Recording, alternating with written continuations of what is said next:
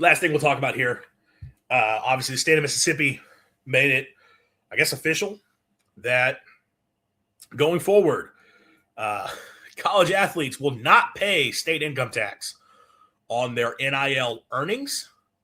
This is a move that Mississippi is doing, kind of trying to keep pace with some of the other teams within the SEC.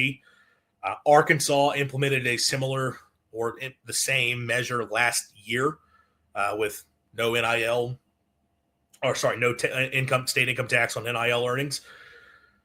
You have a couple states within the SEC, Tennessee, Texas, Florida, that do not have state income tax as it is.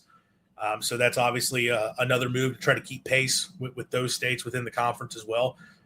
Obviously, it's been a big talk within the state of Mississippi about just as a whole eliminating state income tax. That was something they looked to do. I don't know the time frame on that. I think someone said it could be within the next decade, but still quite some time. The state is trending in that direction, but they've went ahead and made it official when it comes to NIL earnings. Again, college athletes do not have to pay income tax, at least not to the state of Mississippi. Been a lot of opinions, been a lot of thoughts about this. And as I said off the jump, I don't necessarily have a super strong take one way or another. I'm a Mississippi resident. I'm a Mississippi taxpayer. Obviously, I'm not getting that kind of a tax break. But I'm also just not one to have my gears grind, I guess, over something like that. I allow my gears to be grind over much more trivial things, which, is my lack of emotional maturity. But I kind of saw the news and was just sort of okay, to it. But if you're someone who's very upset right now, I fully understand it. Believe me, I get it. That's because it does feel like a slap in the face to a lot of your hardworking residents in the state, people who are struggling to get by, people who are not getting anything gifted to them in life in the way that a lot of these college athletes are. I thought Michael Borky had a pretty good rant on this for Sports Talk and like how much these athletes get handed to them, and you're giving them this as well. It again, if you're frustrated, you're upset about this, I don't blame you in the slightest. It's not a great look. With that, why is Mississippi doing it? Like I said, you have other states that are already not taxing NIL earnings. Like I said, Arkansas implemented it specifically, and then you have the other states that just don't have a state income tax to begin with. You're trying to keep pace. You're trying to keep pace with those teams, those SEC states or college football states, college sports states. You're trying to get an edge over the likes of Alabama, Louisiana. And there was an interesting point I saw raised on this. It's obvious because it comes down to getting players, right? We know this. Why are you doing this? You're trying to attract players. You're trying to tell players, come play here at these programs. You get to make more of what you earn in NIL stays in your pocket because you're coming to play at either Mississippi State or Ole Miss or Southern or whoever for that matter.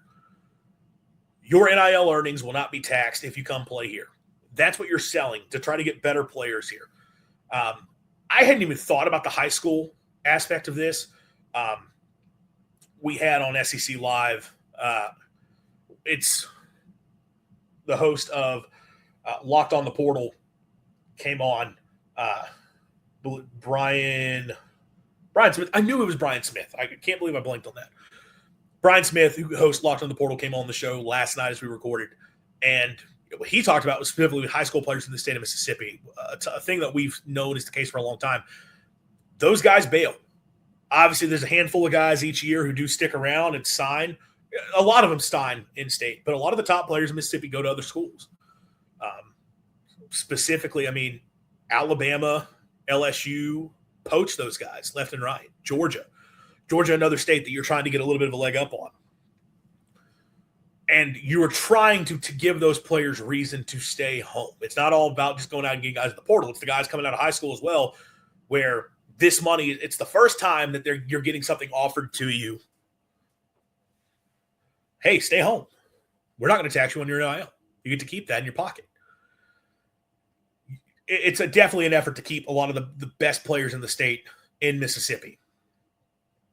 Now, look, and you understand why the state would go for this, right? The big picture idea is better players at State and Ole Miss means better seasons for State and Ole Miss, which means more fans going to games, more fans going to those towns. The local economy is getting driven up.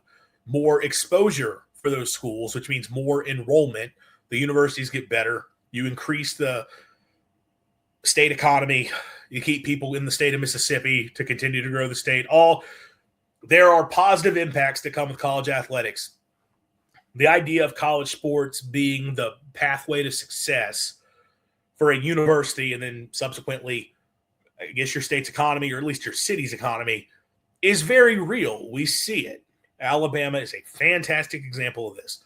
Tuscaloosa today is not what Tuscaloosa was pre-Nick Saban. University of Alabama today is not what University of Alabama was pre-Nick Saban. If you get an impact like that, it changes a lot. So clearly the state lawmakers are saying, whatever opinions anyone's going to have on this, we don't care. This is a chance for us to better our athletic departments, which betters our universities, which betters the college towns, blah, blah, blah, blah, blah. Will it actually do that? I don't know. Another interesting point raised, Matt Brown, who does the Extra Points newsletter, which had a pretty cool thing out today. I'm not a subscriber, but it looked like they're kind of breaking down what goes into building a college basketball schedule, because that's a big debate right now with Miami, Ohio, and their poor strength of schedule versus should they be a tournament team? That debate. But Matt Brown put this out when the news of this broke, critically and fairly so. I have no issue with him being critical of it. That this is a move that is not going to, basically saying it's not going to be as effective as they're thinking, and all you've really accomplished is pissing off the people within your state. And it's like, okay, well, what does he mean by that? State of Mississippi state tax, income tax is 4% set, like 4% across the board, as long as you earn 10 grand. So whether you barely meet that threshold of being a $10,000 a year earner or you're a billionaire, you pay 4% on your state income tax. Well, the point Matt Brown had is for the bulk of college athletes, that 4% equates to probably around $30,000, which is a lot of money to a lot of us. That's not a lot of money to a college athletic department. And his point was, you can't tell me there's not big-time SEC or Big Ten schools in other states that do have to pay the income tax that won't just hand over an extra 30 grand to get those guys to come. Now, look, once you start talking about the players that are earning $4 or $5 million, yeah, that's a little bit of a bigger hit, but that's such a small percentage of players. And again, I think there's schools out there that would find a way to make up for it. So are you actually going to keep players home or attract more talent over this? I don't know. I kind of get Matt's point. There's probably a lot of programs out there that are just going to say, yeah, we're just going to pay you whatever it would take, whatever you would have made there post-tax. We're just going to give you that plus more and then come to our program. And if that's really how this works out, and this doesn't turn to State and Ole Miss signing a bunch of incredible players year in, year out, then truly all you've done is made your voters very upset and your residents very upset. And like I said, I'm not someone who is personally going to be all that offended one way or another. It kind of is what it is in my mind. But there's a lot of people rightfully ticked off right now, and I fully understand it. So it's an interesting move. Perfect world, Mississippi State starts signing better players, which I think you got to win before that happens. But that's going to be something to watch in the coming years. How does that really change things, if at all? But interesting move nonetheless from the state of Mississippi. Controversial move, but interesting.